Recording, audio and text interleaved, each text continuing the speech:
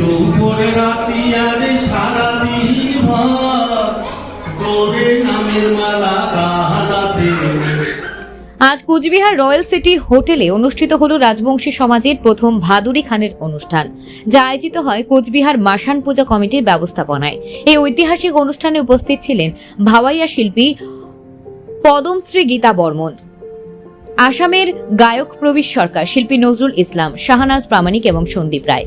এছাড়া উপস্থিত সঞ্জিত ছিলেন সাহিত্যিক পীযূষ সরকার, শৈলেন রায়, অধ্যাপক ভগীরথ দাস, অধ্যক্ষ নরেন্দ্রনাথ রায়, অধ্যাপক মাধব অধিকারী এবং আরও অনেক গুণীজন। অনুষ্ঠানে অন্যতম আকর্ষণ ছিল রাজবংশী সমাজের ঐতিহ্যবাহী খাবারের বিশেষ আয়োজন।